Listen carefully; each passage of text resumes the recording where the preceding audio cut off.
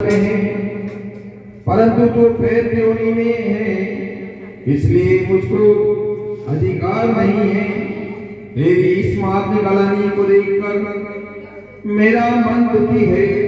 तेरा उद्धार किए बिना मन प्रसन्न नहीं होगा। तीन प्रेत योनियों को दिलाने वाले तेरे पाप उग्र है। प्रेत योनि निदित है, जो थोड़े पुण्य से नहीं छूटेंगे। अतः इस जन्म में जो मैंने कार्तिक मास का व्रत किया है, इसके पुण्य आदि फल से तू श्रेष्ठ गति को प्राप्त हो। यज्ञदान और तीर्थ यात्रा ये कार्तिक के व्रत की बराबरी नहीं कर सकते हैं। नारद जी बोले, यहाँ के कर धर्म ने दो अक्षर मंत्र का उच्चारण करके जो मिला उसे जल पुनः उसके ऊपर छिड़क कर सोई प्रेत योनि से छूट गई। जलती हुई अग्नि के समान दिव्य रूप धारण कर ब्राह्मण को प्रणाम कर हर्षित वाणी से बोली, श्रेष्ठ, तेरी कृपा से भी नरक से छूटी हूँ। पापों में डूबी हुई मुझको आप निश्चय मौका रूपी हो। नारद जी बोले, तब कल्हा ने देवताओं से युक्त प्रकाशमान विमान को देखा। पुण्यशील सुशील नामक विष्णु के द्वारपालों ने कल्हा को श्रेष्ठ विमान में बिठाया। धर्मदत्त ने विमान को विस्मयान पूर्वक देखा और फिर उन गणों को देखकर धरती पर गिरकर प्रणाम किया।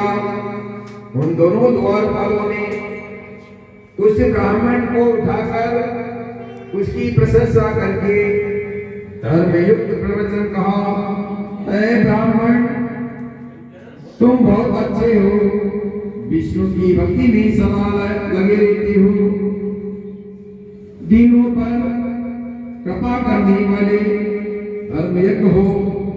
तुमने बचपन से लेकर जो कार्तिक व्रत किया है, उसका आधा फल देने से कल्हा के पूर्व जन्म के पाप नष्ट हो गए। तुम्हारे स्नान के फल देने से इसके पाप मिटे हैं और हरि का जागरण आदि करने से इसे विमान मिला है। नाना प्रकार के भोगों को भोगने अब वैकुंठ जा रही है। तुमने दीप दान किया था, इससे उसे तेज मिला है। तुलसी के पूजा तथा कार्तिक के व्रत से जो तुमने पुण्य लिया था, सो विष्णु के समीप जाती है और तुम भी इस जन्म के अंतर में परिवार सहित वैकुंठ जाओगे। विष्णु के वैकुंठ में तुम भगवान की आराधना तुम्हारी तरह करते हैं। उनको कोई वस्तु दुर्लभ नहीं है।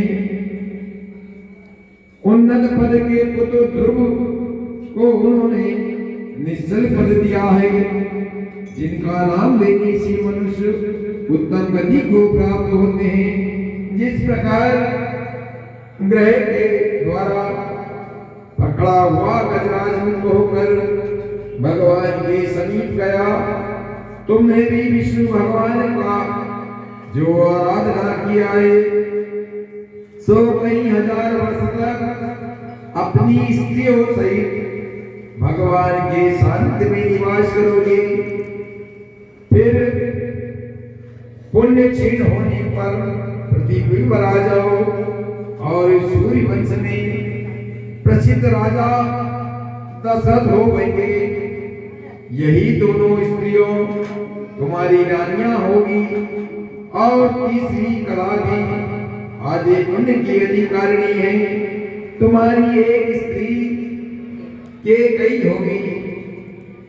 वहां भी भगवान विष्णु आपके समीप रहेंगे और तुम्हारे पुत्र होकर देवताओं का कार्य करेंगे। तुम्हारी इस कार्य के वृत्ति से यज्ञ, दान और तीर्थ कोई अधिक प्रभावी नहीं है। हे पितृदेव, तुम धन्य हो जो तुमने विष्णु भगवान को प्रसन्न करने वाला व्रत किया है, जिसके अधिक फल से मिलने से कला हमारे साथ विष्णु लोक को प्राप्त कर रही है। कथा का 20वां अध्याय समाप्त। बोलो श्री कृष्ण।